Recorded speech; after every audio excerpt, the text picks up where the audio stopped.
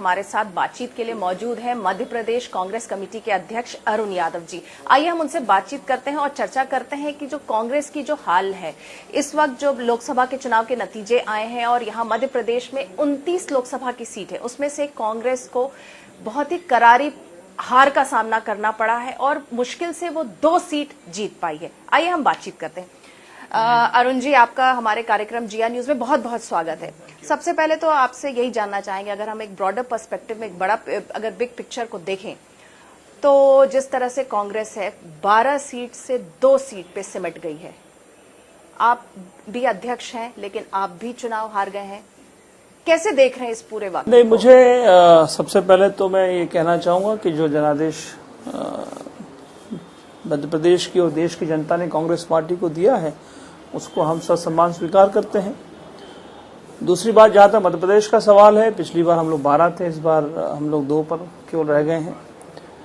तो मैं समझता हूं कि हम लोग पहला मुद्दा जो मुझे लगता है कि यूपीए 1 और यूपीए 2 की 2 सरकारें हमारी थी, एंटी इनकम्बेंसी एक बड़ा फैक्टर रहा है।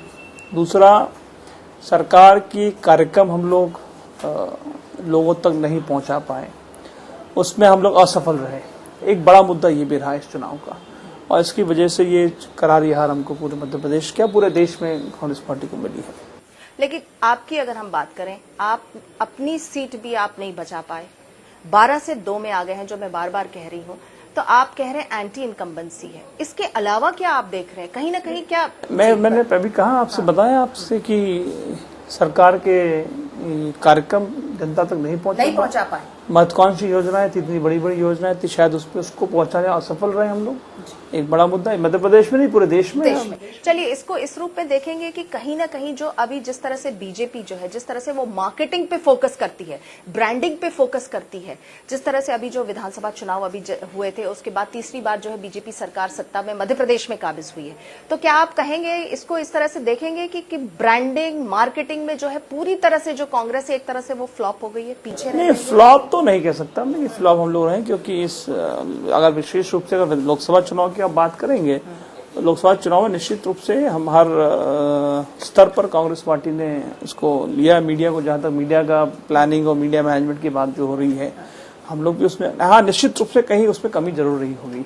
जिस तरह से, जिस स्पीड से, जिस तरीके से बीजेपी ने काम, उसमें कहीं ना कहीं कमी, थोड़ी सी अंतर रहा है, ये बात जरूर है इसमें। लेकिन हमने भी प्रयास काफी किया है। आपने प्रयास किया है, कांग्रेस ने प्रयास किया है, अंतर थोड़ा नहीं काफी रहा है। अगर आप देखिए जिस तरह से ब्रांडिंग की गई है मोदी की, जिस तरह से व्हाट्सएप हो गया, सोशल मीडिया हो गया, जिस तरह से उन्होंने हर चीज को, जहां पे अगर हम देखें हर एक कोने में जो उनका एक नारा था कि घर घर मोदी, उन्होंने वाकई में जो है उसको वो पहुंचाने में, ब्रांडिंग में कामयाब हो गए।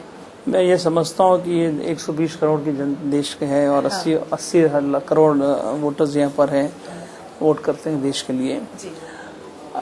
सरकार जब बनती है तो सरकार का परफॉर्मेंस देखकर लोग वोट करते हैं। बहुत काफी चर्चा हो रही मोदी जी की लहर है, मैं इससे बिल्कुल सहमत नहीं हूँ कहीं से कहीं तक।